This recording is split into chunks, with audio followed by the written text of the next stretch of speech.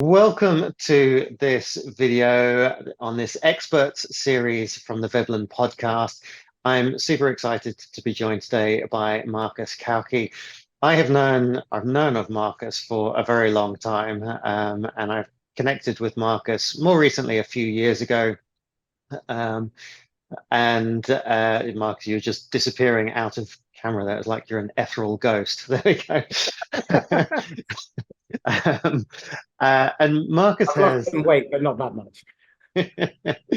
Marcus has spent at least the last 20 years or so as a sales trainer and one of the best in the UK. And I've certainly learnt a huge amount from him. We spent some time going through how I approach sales, especially when I'm talking to investors. And I thought it'd be very useful to interview Marcus and learn a little bit more about what he's doing, a little bit about the community that he's building. But specifically, the idea that I want you to take away from this is Marcus is a master of sales conversations, and he uses a terminology which I'll let him introduce, which I think is absolutely wonderful. And when you're on a board, a huge part of your job is trying to get other board members aligned with what you believe is best for the company. And that requires some skills, and it requires some skills that you might not necessarily have. And so I have certainly improved the way I go through those conversations with some of the things that I've learned from Marcus. So I thought it'd be useful to bring Marcus in and learn from him today. So let's kick off with a quick background, because I know in the last couple of years you've actually had a bit of a change and shifted direction a bit. So do you want to kind of tell us what got you to that point and what you're doing now? Yeah, so my name is Marcus Cauchi. I run a business called Laughs Last with my wife, Suzanne, and we're primarily a coaching business. But essentially what we do is we look at the world through the lens of the customer and build everything that we do back from there. I think so much of sales has focused on what we can get from the customer, what we can do to control the customer, what we can do to profit from the customer. And it's very selfish. As a buyer, I don't want to be treated like a piece of meat. I don't want to be used and abused. I don't want someone to try and control me, manipulate me. I don't want to be sold to. I do want to buy. There's a big difference. People hate to be sold. They love to buy. And selling is the facilitation of buying. It's not your job to convince. In fact, it's impossible to convince anyone to do anything ever. Your job is to find what it is that matters most to them and identify the common ground so you can enlist them into your vision of a better future. Now, it's not your job to sell them your stuff, despite the fact that we all think that in sales, our job is to do that. And on a board, you've got to try and sell your idea. Well, I disagree. I think the mistake that people make is they try to win. And I'm a believer in real win-win. A real win-win means that both sides get their needs met eventually, completely and without compromise. That's bloody hard. Let me be blunt. It takes patience. It takes empathy. It takes the willingness to shut the hell up and listen. Because what people need more than anything nowadays is a damn good listening to, not a damn good talking to. And there are 4 pillars to any good sales function. The first is listening. And active listening is the death of deep listening. Okay? You need to listen deeply. The problem is active listening is brilliant, but it's been bastardized into a technique. It's been turned into a weapon. And that is not the purpose of any form of communication, unless you are coercive and manipulative. So we teach principled selling based on values with strong ethical principles. Why? Because actually, human beings are social primates. And we do really well as a species when we cooperate, when we communicate, when we co-develop an understanding of the problem, when we co-develop a solution, and then when we choreograph who does what with whom, when, in what, to what standard, at what time, in what order, and then we end up making it to the moon and beyond. We end up harnessing the power of nuclear fission. I mean, for goodness sake, I mean, a couple of thousand years ago, we were basically beating the shit out of each other with metal spikes. Sadly, we seem to be turning back onto history again and repeating the same old shit.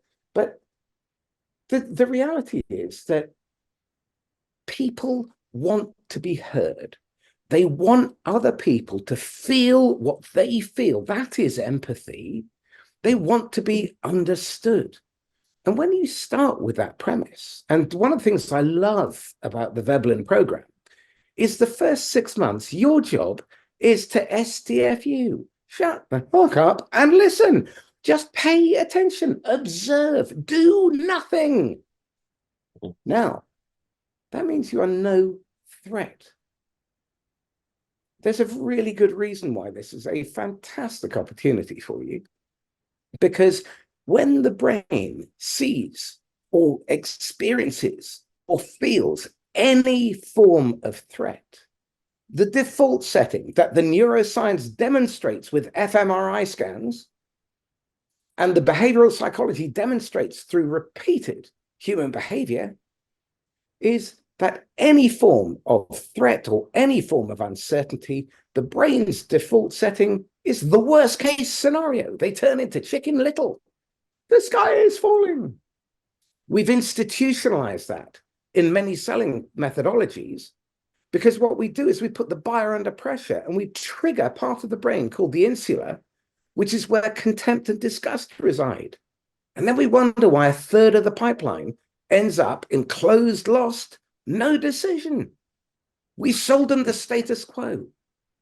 So you touched on it briefly, and I want to come back to it because I think it's such a core idea. So if so in a boardroom setting, when I first approached you about this call, I said what I think would be useful for our members is helping them learn techniques to persuade other board members to a point of view that they were learning. Would you be open to that? And you said, no, I don't want to do persuasion. What was the term that you mentioned? You touched on it already. Yeah, you have to enlist people. And the reason you have to enlist people is a man convinced against his will is of the same opinion still. They'll say yes, and then they'll do whatever the hell they were going to do. Your job is to create consensus. Now, boards, by their very nature, are risk averse. And I mean, one of the reasons why Veblen exists is precisely because boards are risk averse. If you are not an aging, middle-aged, pink piece of gammon like me, odds are you don't get a look in. Fine. There's a window of opportunity now where we can flood boards with good people who share our values and who see the world through a different lens. Because in this market, not taking risk is the riskiest thing you can do. Playing it safe. I subscribe to the idea that we are at the peak of the millennial crisis and that we are at the end of the fourth turning. If you have not read the book, The Fourth Turning by Neil Strauss and William Strauss and Neil Howe, then I urge you to read it. Also read Making Sense of the Changing World Order by Ray Dalio. Both of them look at historical and economic cycles, all of which appear to be culminating around 2024 based on the Kondratiev wave, which is an economic theory put across by a Russian economist. And basically, history works in cycles, roughly the length of a long human life. We're at the end of the fourth turning of the cycle. And that generally means a big reset. The last 15 years has mirrored the 1920s and 1930s with depressing accuracy and correlation. And you look at the rise of populism, you look at the decline of social order, you look at the rise of social media. There's a lot of uncertainty out there. And what boards are terrified of is that uncertainty. And they need people like us to come along and help them see a better future. So taking that concept of the better future, you've managed to get yourself onto the board as a non-threatening apprentice, and then you have an idea. You're trying to enlist board members to that idea. What are some of the techniques that you've been teaching for 20 plus years that they can use to help with it? Before we start with technique, let's start with intent. Mm-hmm. Because what you project out, you will get reflected back. And no matter how clever you think you are, you're not going to override 3 billion years of evolutionary hardwiring all the time. You can get away with it some of the time, and you can be. There was a study done by Bibiak and Hare on corporate psychopathy. On death row, they found only 3% of the inmates were clinically psychopathic, but on the American boardroom, and bear in mind this research is 20 years old, so it will have got worse. In the American boardroom, 5% were clinically psychopathic. Now, given that we operate in quarterly cycles where people can get away with being assholes and they can treat people like utility because we're going after the profit motive, then they can get away with this sort of stuff. And that's how we've ended up where we are. One of the reasons why Veblen, I believe, is so necessary is because it's going to bring some humanity back into the boardroom.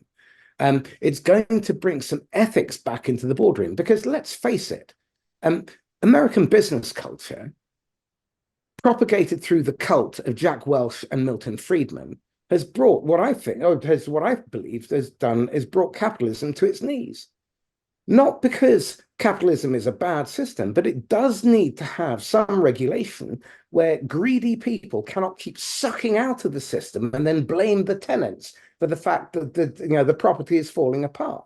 Well, that's exactly what's happened. And if you are going to enlist people, you need to start with the intent that you are there to serve. Service is not servitude. Serving people can be very tough. So one of the things I teach people is the difference between the drama triangle and the winner's triangle. The drama triangle describes every broken, dysfunctional, dissatisfying relationship you can or will ever have. So if you imagine an equilateral triangle on its point, and at the bottom is the voice of the victim. Why me? It's so unfair. This always happens. Save me. Help me. And victims love other victims. They can have a pity party. They can compare scars and say, my wound is better than your wound. Now, they also attract persecutors. That's the top left-hand corner of the triangle.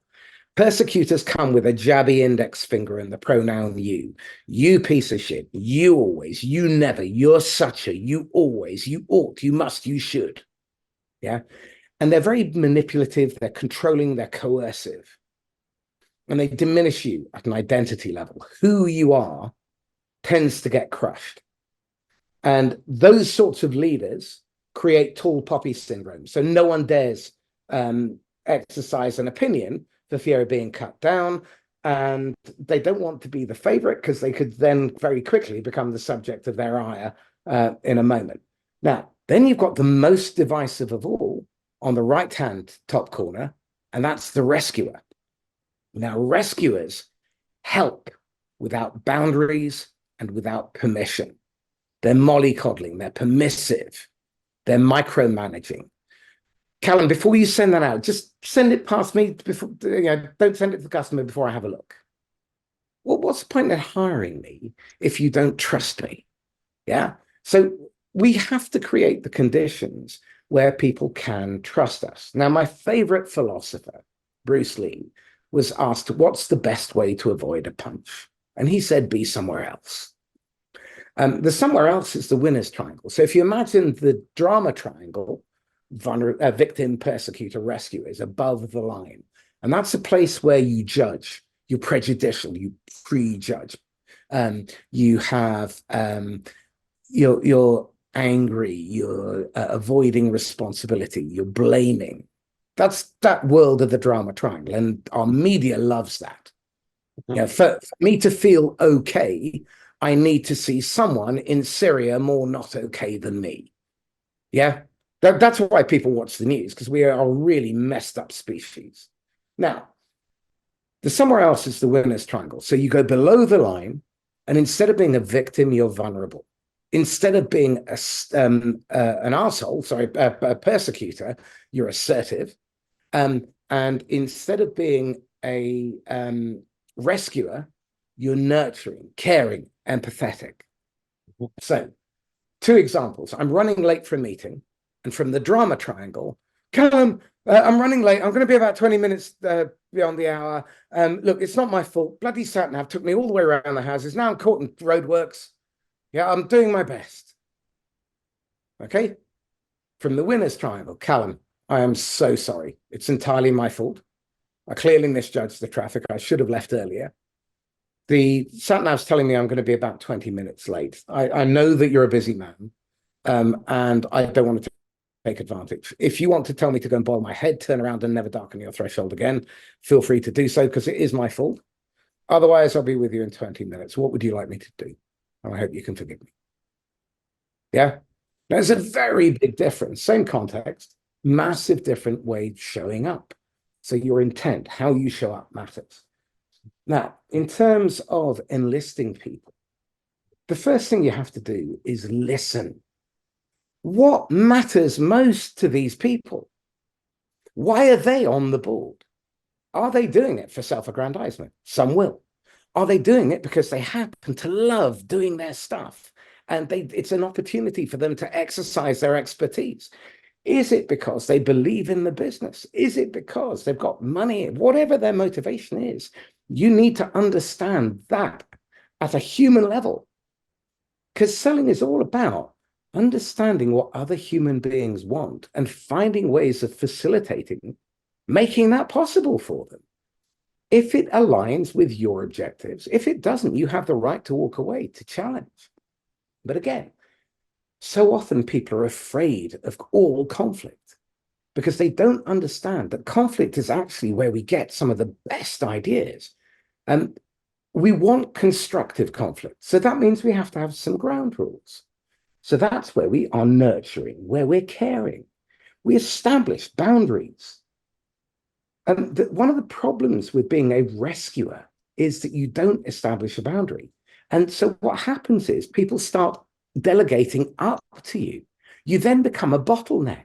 And then you say, oh, I'm so busy. And then you go into the victim mode. And before you know it, you're persecuting. You don't understand. You don't appreciate. Well, all of that stuff can be avoided, Mm. because I can guarantee in almost every circumstance, you can prepare for it. I've been selling now in over 500 market segments for the last 35 years in 80 plus countries with probably 100 plus nationalities. And one thing I've noticed is we're all pretty much wired the same.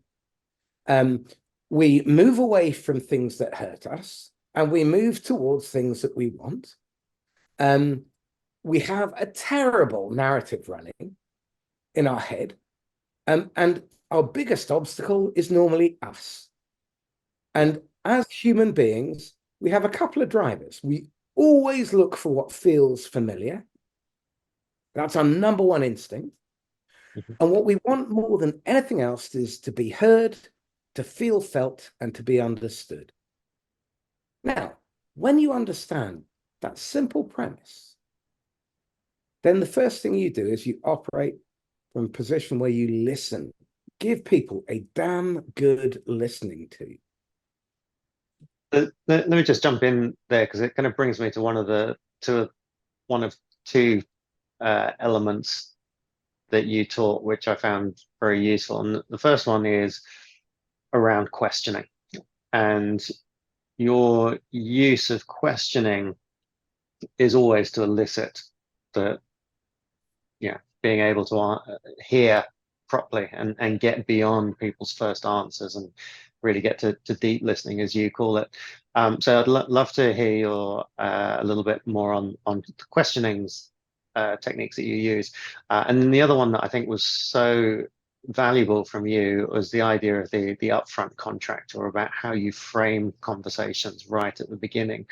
So would you be able to delve into those a little bit? Yeah, of course. So I have some rules with questioning. If the question does not advance the other person's understanding of their situation and its causes, possible solutions, and ways to advance, I have no right to ask that question. And I always like to teach my clients that time has a price. If I'm talking to a CFO who is running $100 million business, that means his time is worth $50,000 an hour. I better be fucking prepared.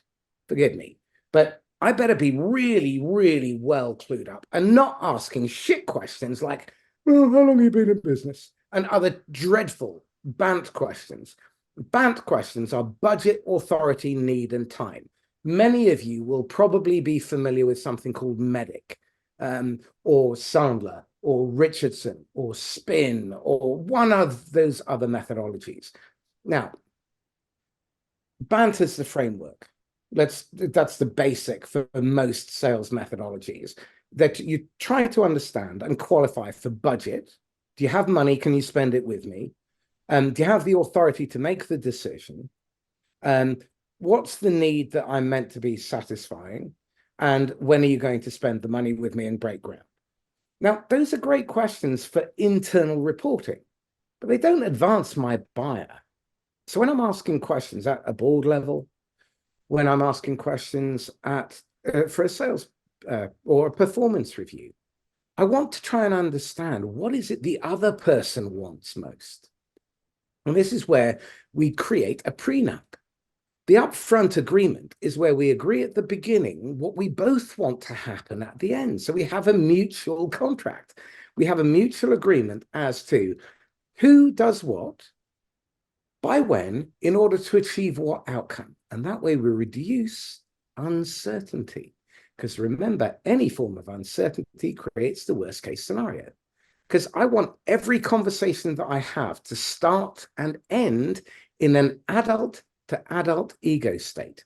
I don't want my critical parent or their critical parent to get involved. And I don't want their child ego state to get involved in the important bits. When they're trying to paint their picture, their child ego state is very much involved, because that's where emotion resides. And in order to make decisions, emotions must be involved. You can't avoid the fact that emotions are involved, no matter how clinical you think you are and how logical you think you are.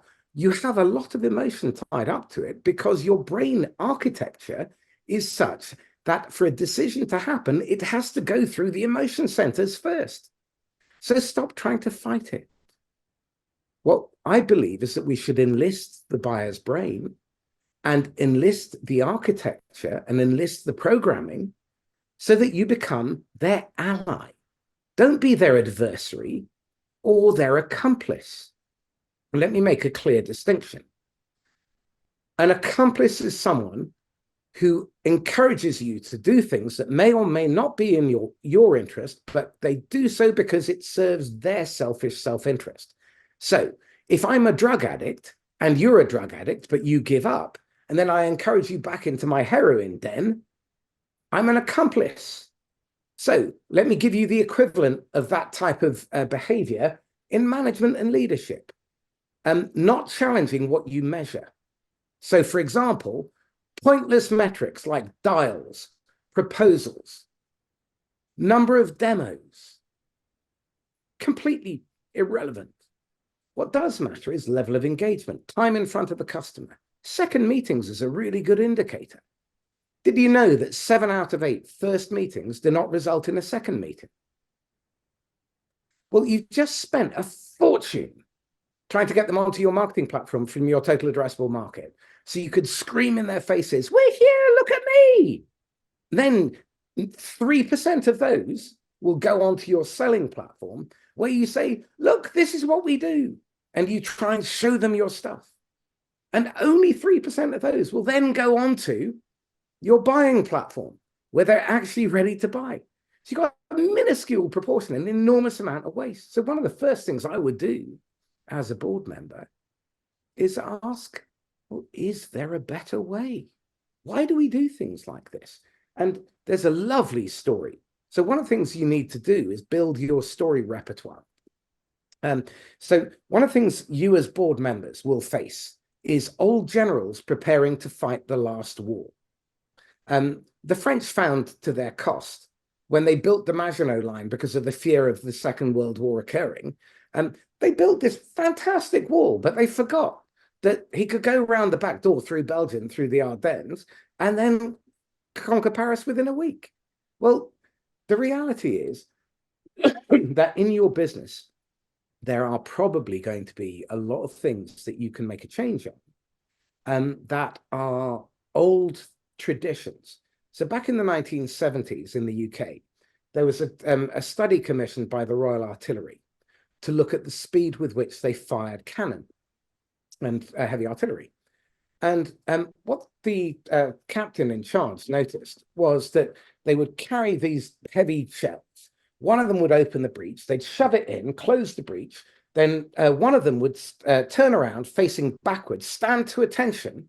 The other one would march 8 paces, turn around, stand to attention, put his right hand behind his back and hold up his left arm and then nod. And the other guy would then pull the cord and fire the gun. And so, well, why do you do it that way? That's where we were trained to fire the guns. Sir, that's where we fire the guns in this man's army. Sir, who trained you? Gunnery sergeant. Gunny, why do you train them this way? That's why I was trained to train them. Sir, that's the way we train them in this man's army. Sir, that's the way we fire the guns in this man's army. Sir. Anyway, couple of weeks in, he still can't find a solution. And he's in the pub outside the barracks. And an old codger from World War I comes in. He says, "You got any idea what they're doing?" "Oh, yeah, they're holding the horses." Now, bear in mind, for 50 years, the Royal Artillery had been holding imaginary horses all over the world in all of their conflicts. How many imaginary horses are you holding in your business? These are the kind of questions I like my board members to ask. Where is the fat in the system? What if we remove the pointless? What are the things that we do that we don't need to do, that just create needless friction? One of my favorite questions is, well, if we break my day up, how am I spending my time on $10, $100, $1,000, or $10,000 an hour activities? What can I do to spend more of my time on the $1,000 and $10,000 activities and outsource, delegate, or do away with the stuff that's unnecessary or can be farmed out? Because all the time, I want to be increasing the value of everyone in the business. And that, I think, is where the board should be playing, not faffing around trying to defend against and fictionalize the balance sheet. Yeah, and actually, to your point, I think one of the things I've seen an awful lot, and I'm sure you will have seen this as well, is boards often have very little understanding of how powerful their words are. So that horse analogy is fantastic, because I see it happen all the time in boards where a director will make a comment to somebody, one of the executives, go, "Oh, could you put together some market analysis for that?" And it's a completely it's an off the cuff comment. "Oh, it'd be nice to see some market analysis," and the whole company grinds to a halt while everyone runs around trying to figure out what this director needs, because the board is held in such high esteem that this must be important, and it causes all sorts of problems. And half the time, if you'd actually asked the board director exactly what they meant, they'd have gone, doesn't matter, because they haven't thought through what they need. Okay, so this is where we need to establish ground rules. So I said that there were 4 pillars. deep listening, outstanding, insightful, provocative questioning, empathy, real EQ, understanding and feeling what the other human being feels, and business acumen. That forms the pyramid, and it's exceptionally stable when you have all four of those things. But it then needs to be framed within context, and this is where so many people get it wrong. I said there are lots of generals preparing to fight the last war. Well, how many leaders and how many boards are still using a model that was based on free money, where people bought nice to haves, as opposed to an environment where money is expensive and people are only buying need to haves, must haves, where people are having to do more with less.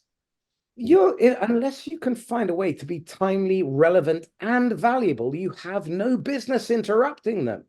So again, how much of your marketing? Let's take one of my favorite bugbears. Okay. The board decides, because the investors have said we need to advertise, we need to build the pipeline.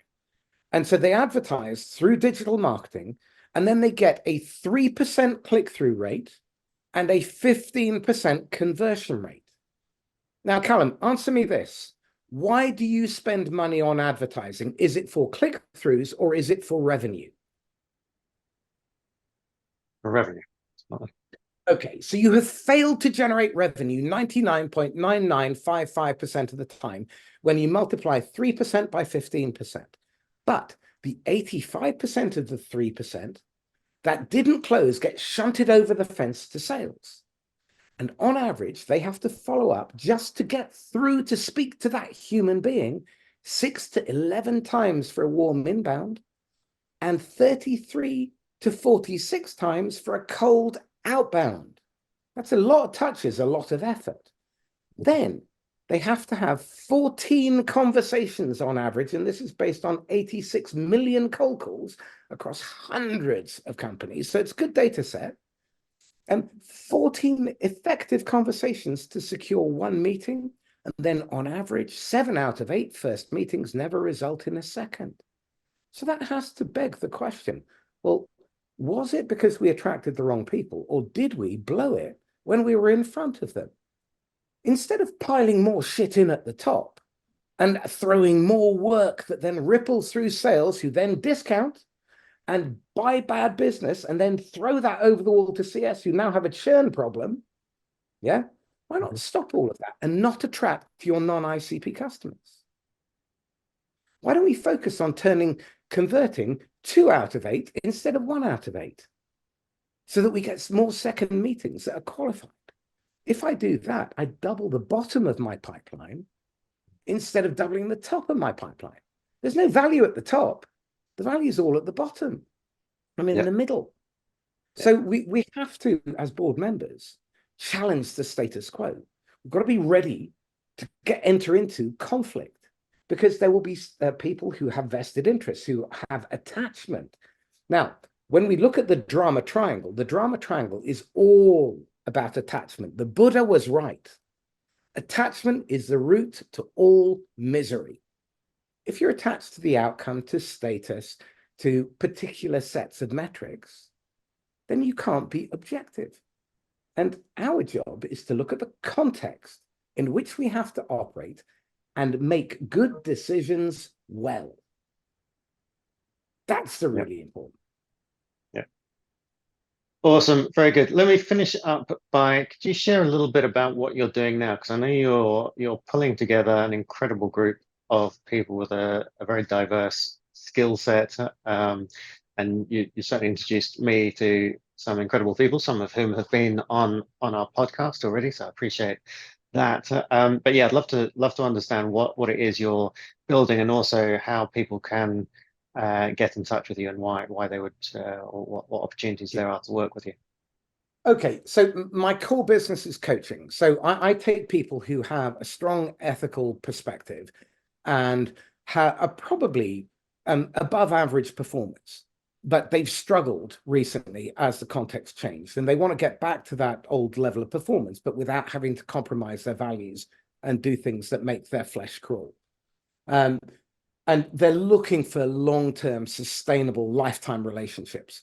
And this is the whole premise with what I do. You know, when we prospect for customers for life, not for a transaction. When we're looking at an opportunity, I'm looking at the ecosystem. So a lot of my work is around ecosystems. And ecosystems are a fantastic way of building resilience and creating relevance when you have nothing to sell. Because I can have conversations with any business owner, and I know I will have something that is timely, relevant, and valuable to them. And I can make an introduction, which builds the emotional bank account. Now, this ecosystem that we've been building, it's called the Red Thread. It's still very loose at the moment. We have been playing with some very interesting companies. We did some work with Salesforce, with HubSpot, with Inc., and you know, a media company. And what we found is that having a diverse group of experts look at a problem together creates amazing output, because the ground rules are you leave your ego at the door. The objective is we have half a dozen of us look at your gnarliest, shittiest, most difficult, unbreakable perennial problem. And you bring 2 or 3 of your brightest as well. And we spend 2 hours just breaking the back of understanding it. And we look at it through all these different lenses, through a trust lens, through a partnering lens, through a comms lens, through a sales lens, through a marketing lens, through an operations lens, through a CS lens. And we're looking at it through the eyes of a customer. And all the time we're thinking, what is the job to be done? What are we trying to accomplish here? The idea isn't to come up with lots of solutions. It's to understand the problem at its cause. When we understand the problem at its cause, then we can employ humanity's greatest superpower, which is cooperation. That's what put us on the moon. That's what's making us fantastic. It also is one of the most divisive things when we can create cooperation for bad. Wars, you know, political movements that go awry, all that kind of stuff. So what we're doing now is trying to harness that, because I fundamentally believe the next 6 to 8 years is going to be a big reset. And our job is to create the next generation of leaders who are going to then see us through into the next era. That's my mission. And so I'm trying to enlist those people. So working with Veblen, flooding boards with people who are ethical, who genuinely give a damn about human beings, who care about the environment, who care about governance, who care about doing, you know, sales should be a force for good. I fundamentally believe selling is the most noble act you can perform in business, because it is the facilitation of the right decision for the other person, whether you are involved in the final decision or not. That's my job. My job is to enlist you into a vision of a better future and help you get there. If you buy from me or you don't, I don't really care. Genuinely, I don't care. What I do care about is your outcome. Now, when we have that kind of mindset, you're turning up and you're not triggering the buyer's limbic system to feel defensive, because you're not a threat. You move from one of them to one of us. And that's our job on the board. It's to enlist people and get them to see what is possible. Help them to find the common ground, to build bridges from that common ground, even when it appears that there's an impasse and there is no way forward. So, you know, we've enlisted into this ecosystem some of the world's greatest mediators and trust specialists, people like Charlie Green, Daryl Stickles, Suzanne Schuler. You know, Susanna is working with Rwandan victims of genocide, and you know, all of that kind of stuff. Alexander Knapp, he's the first feet on the ground when the UN agrees a peace treaty. He's the first man on the ground to make sure peace sets in. I mean, these are the sorts of people that we've put together in the ecosystem. Models people like Simon Bowen, you in terms of the accretive investment. I mean, what a genius model. The idea that you can build hundreds of millions of dollars worth of business in value with no cash. Fuck me. Genius. Awesome. Very good. Marcus, it's always a pleasure. I always learn so much from you. If people want to get in touch and work with you, what's the best way? Is it LinkedIn or? Um, LinkedIn, there are two Marcus Cauchis. I'm the bald one holding his head. And email Marcus at laughs-last.com. On Twitter, I'm the_Inquisitor and the Inquisitor podcast. Seriously, if you haven't listened to the Inquisitor podcast, I'm not blowing my own trumpet. It's my guests. They're bloody brilliant. I had a guy, Ed Ingham, contact me a couple of months ago, saying he listens to 2 to 3 hours of the podcast every day. It's the only source of sales training he's had. And for 2 months, he carried his team of 7 or 8 other salespeople. He hit the entire target for the team based on the podcast. It really is very good. And we cover sales, marketing, leadership, communications, ecosystems, channels. I mean, you name it. And we're putting all of that into an AI model as well, which is really exciting. Awesome. Awesome. Very good. Thank you very much for your time. I'm sure many people will be in touch with you after this interview. Yeah, thank you. Thank you for all your hard work and all of the great referrals you've sent to Veblen. So appreciate it.